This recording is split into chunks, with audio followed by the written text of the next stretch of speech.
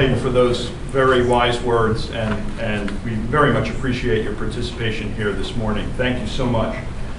We are going to now conduct a briefing on the failed state index and move to a very, very exciting panel that we put together.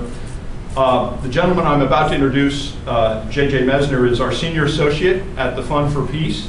He is co-director of the Failed State Index. When he's not working on production and analysis of that index, he directs the Fund for Peace's Human Rights and Business Roundtable and leads our work on training and voluntary principles on security and human rights around the globe. So he's a little busy. And we're very, very lucky to have him here at the Fund for Peace. Ladies and gentlemen, please welcome J.J. Messner.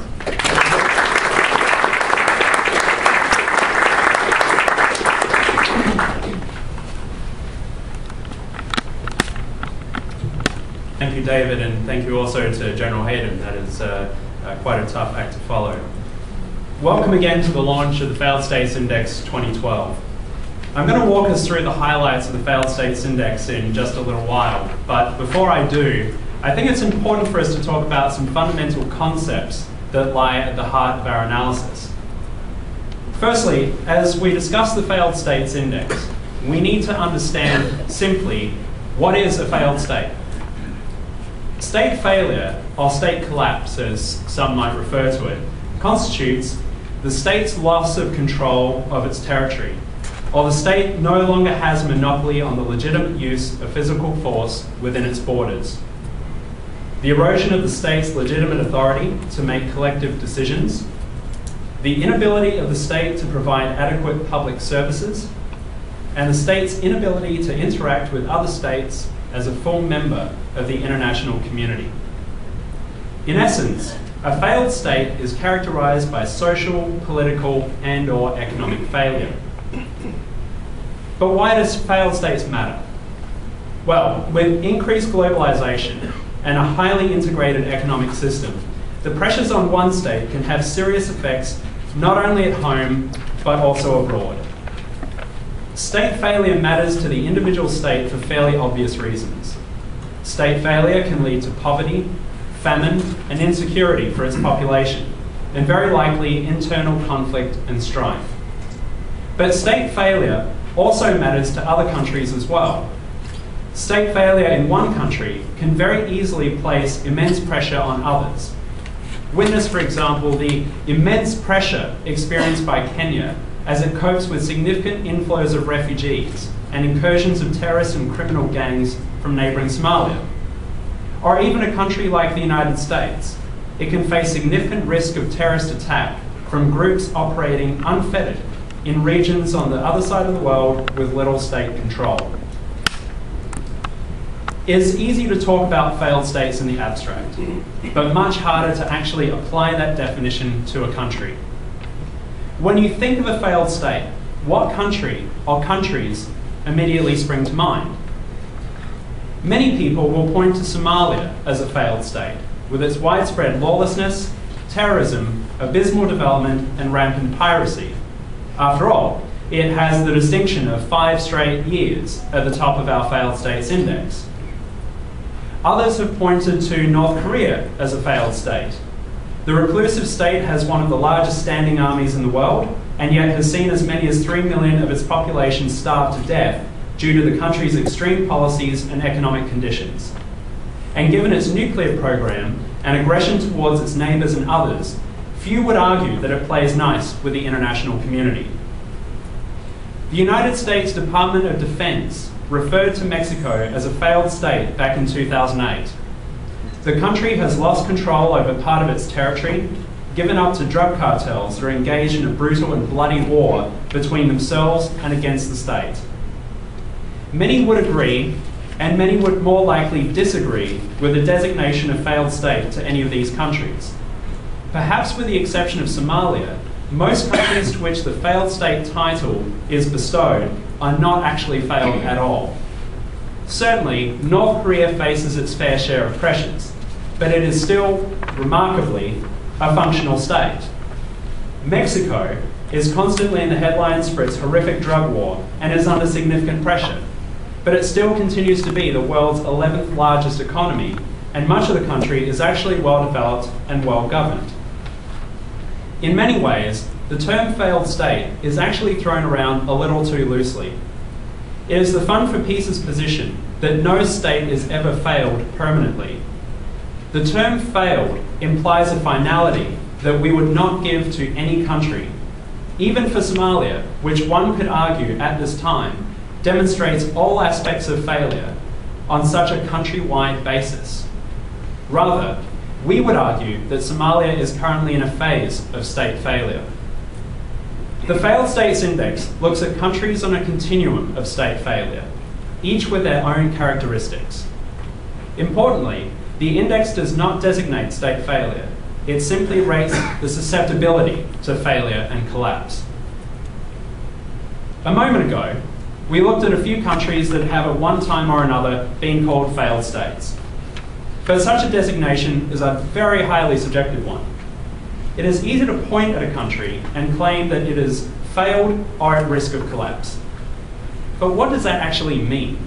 And more to the point, how do you actually measure that? About 15 years ago, under the leadership of Dr. Pauline Baker, the Fund for Peace developed the CAST framework for conflict assessment. The CAST framework assesses internal pressures upon a state, or even a region or a province, based on 12 social, economic, and political indicators. Under these 12 indicators are over 130 sub-indicators.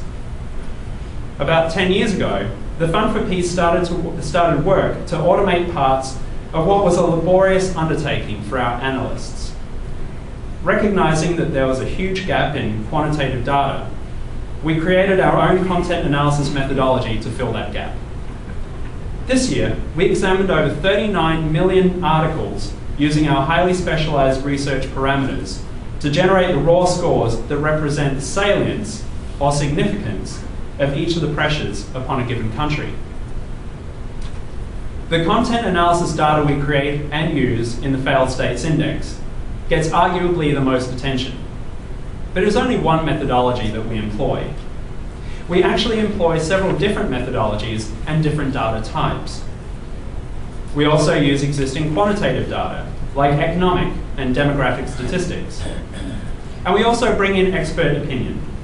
Each country is assessed by an analyst to determine how the 12 indicators have trended in the past year. Recognizing the inherent weaknesses and biases that exist in each of these methodologies, we then triangulate them to determine the indicator scores. In this way, we hope to have taken advantage of the strengths of each methodology to produce the most accurate scores possible. Quantifying the signs of state failure is critical in being able to identify and address current or pending crises. The Failed States Index is informative in quantifying the pressures upon states relative to each other. And for nations that score poorly, it can be crucial in bringing attention to countries that do not otherwise enjoy much attention. Almost all of us probably knew before today that Somalia is in bad shape, irrespective of having seen its ranking on the Failed States Index. Similarly, the immense resources in the United States currently deployed in Iraq and Afghanistan mean that those countries and the pressures therein are constantly capturing the public's attention, especially here in Washington. But can the same be said for a country like the Central African Republic, ranked 10th, or Guinea at 12th? We believe that the ranking of the Failed States Index is able to draw attention to countries that face significant challenges. Though we are confident in the objectivity and accuracy of the Failed States Index, the result should nevertheless be understood in context. For example, it is important to understand that pressures can vary regionally within a state, and so a country's score can underrepresent the pressures experienced in one part of the country while overrepresenting the pressures experienced in another. Take Panama, for example. The situation in Panama City, the capital and by far the largest city in the country, is significantly different to that in rural areas such as Cologne or the Darien Gap, which experience far higher poverty, crime, demographic pressures, and sparse public services. Panama City, with its glistening skyscrapers, is a world apart from the rural communities. As such, scores in the Failed States Index need to be viewed very much as a national average. Though looking at rankings on the failed states index is popular and in its own way useful, we strongly recommend viewing countries in light of their scores, and in particular their individual indicator scores, as opposed to solely their rankings. Take, for example, South Africa and Cyprus. Both ranked equal 115 on this year's index. They have the same total score and rank the same. But no one would ever suggest that they are in any way the same or face similar pressures. Rather, their tied score comes from the simple fact that put together, their individual indicator scores add up to the same total. But yet those indicator scores themselves are very different. As Cyprus scores very highly in terms of factionalized elites and external intervention, South Africa instead faces the most pressure from demographics and public services. Notably though, both countries score highly for uneven economic development. Now that we have set the context for the failed states index, now let us turn to the findings for 2012. When we first compiled the numbers for the 2012 failed states index, it appeared that not much had changed since 2011. Somalia was still in the worst position. Finland was in the best position. As you can see, much of the red, the worst off countries, still appear in a belt across the middle of the map, primarily in Africa, the Middle East, and South Asia. Meanwhile, you can see that the yellow and the green of stability and sustainability continues to exist largely in the developed world. In many ways, this map makes it appear business as usual. But as we examined the rest of the index, it became apparent that the 2012 edition of the index saw some of the greatest year-on-year changes of any previous version. But more on that in just a moment. The worst 10 countries stayed relatively constant, with Somalia ranking first for the 5th year in succession. Notably, Somalia not only stayed at the top, but it actually scored worse than it ever has before, which also happens to be the worst score for any country in the history of the index. The major change to the top 10 has been the entry of Yemen, which has rocketed to 8th place. Special mention should also be made of South Sudan, which has joined the failed states index for the first time. However, it should be noted that although South Sudan received a score this year, it has not been formally ranked by virtue of the fact there was an independent nation and UN member for less than half the year. Nevertheless, if South Sudan hadn't been formally ranked this year, it would have entered the index at 4th. It has hardly been an auspicious entrance for the world's newest nation. At the other end of the index, Western Europe, and in particular Scandinavia, is heavily represented. Finland has ranked as the best nation for the 2nd time in a row, and is currently the only country with the designation of very sustainable. Year on year, Kyrgyzstan is the most improved nation since 2011. Though while Kyrgyzstan improved significantly in 2012, it was actually the 2nd most worsened country last year in 2011, as a result of the mid-2010 revolution. This year, however, Kyrgyzstan not only rebounded, but actually registered its best score for 6 years. This improvement came largely as a result of the reform program and the generally free and fair elections that followed the revolution. This year's 3rd most improved country, Haiti, continues to languish at 7th place. However, this is a significant improvement over its 5th place finish last year as a result of the catastrophic January 2010 earthquake. Though Haiti improved by a solid 3.1 points in 2012, this should be interpreted merely as a partial return to pre-earthquake levels, recognizing the harsh conditions experienced by Haitians even when there is not the added calamity of natural disasters. Though Haiti did improve in 2012, we should not forget that Haiti was actually the most worsened country in 2011. Previously, I mentioned that the 2012 failed states index saw incredible change. Indeed, 3 of the 4 greatest year-on-year declines in the history of the failed states index occurred in 2012. Until this year, the record for the greatest year-on-year decline was held by Lebanon, which declined by 11.9 points between 2006 and 2007 as a result of its brief conflict with Israel. But this figure was eclipsed in 2012 by Libya, which worsened by 16.2 points, and Japan, which declined by 12.5. Syria also came close to breaking the record, having increased by 8.6 during the same period. Somewhat unsurprisingly, 6 of the 10 most worsened nations in 2012 were those that were most impacted by the Arab Spring.